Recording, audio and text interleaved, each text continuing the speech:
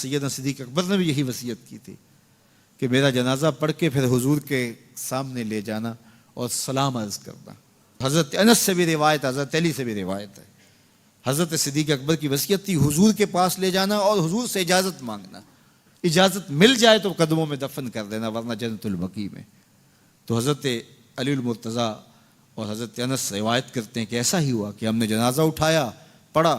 اور پھر حضور کے مواجہ انور کے سامنے رکھ دیا اور سارے ہاتھ باندھ کے عرض کرتے یا رسول اللہ ھذا ابو بکر یستاذنک، اے اللہ کے پیارے محبوب صلی اللہ علیہ وسلم، یہ ابو بکر ہیں، آپ سے اجازت طلب کرتے ہیں، آپ کی قربت میں دفن ہونے کا شوق ہے، ہمیں کیا حکم ہے؟ تو اس وقت حجرہ عائشہ تھا، یہ گنبد خضرا نہیں بنا ہوا تھا، صرف حجرہ تھا اور اس کو تالا لگا تھا، چابی حضرت عائشہ کے پاس ہوا کرتی تھی رضی اللہ تعالی عنہ، تو تالا لگا ہوا تھا اور لوگوں نے رکھ کے یہ عرض کیا، تو پھر کیا ہوا کہ وہ تالا خود بخود کھلا، پھر کنڈی بھی خود بخود کھلی اور پھر جو دروازہ تھا وہ خود بخود کھلا اور اندر سے آواز آئی اوصل الحبیب الی الحبیب لان الحبیب الی الحبیب مشتاق، یار کو یار سے ملا دو، یار تو پہلے یار کا انتظار کر رہا ہے۔ تو قبر انور سے یہ آواز آئی، حضور کے روضہ انور سے یہ آواز آئی، اور ہمارا عقیدہ ہے اور مسلمہ عقیدہ ہے اور تمام امت کا عقیدہ ہے کہ حضور اپنی قبر میں زندہ ہیں۔ یہ بعد میں فتنہ پیدا ہوا حضور علیہ السلام کے حوالے سے، یہ جو معاذ اللہ میری زبان وہ بوجھ نہیں اٹھاتی جو لوگ کہتے ہیں، یہ حضرت شیخ عبد الحق محدث دہلوی علیہ رحمہ نے لکھا ہے تتمہ مدارج النبوہ میں۔ آپ کہتے ہیں اللہ کا شکر ہے بہت سارے معاملات میں امت میں اختلاف پیدا ہو گئے،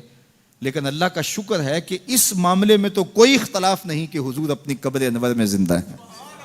یہ حضرت شیخ نے لکھا ہے، تو اس کا مطلب ہوا کہ یہ بعد کا اختلاف ہے۔ تو حضور علیہ السلام اپنی قبر انور میں زندہ ہیں۔ حضرت ابو درداء رضی اللہ تعالی عنہ نے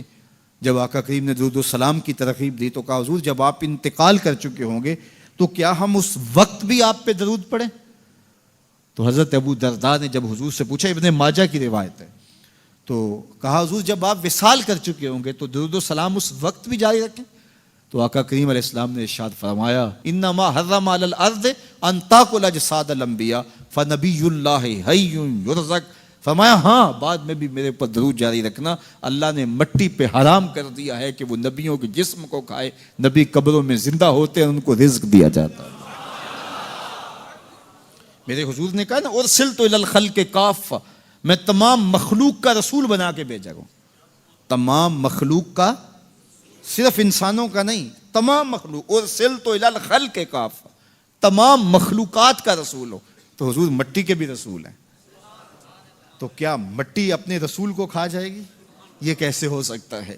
تو مٹی کے اوپر حرام ہے، یہ لفظ ہے انما حرم علی الارض ان تاکل اجساد الانبیاء، اللہ نے مٹی پر حرام کر دیا کہ وہ نبیوں کے جسم کو کھائے۔ فنبی اللہ حی یرزق، یہ سیاستہ کی روایت پڑھ رہا ہوں، نبی اپنی قبروں میں زندہ ہوتے اور انہیں رزق بھی دیا جاتا ہے۔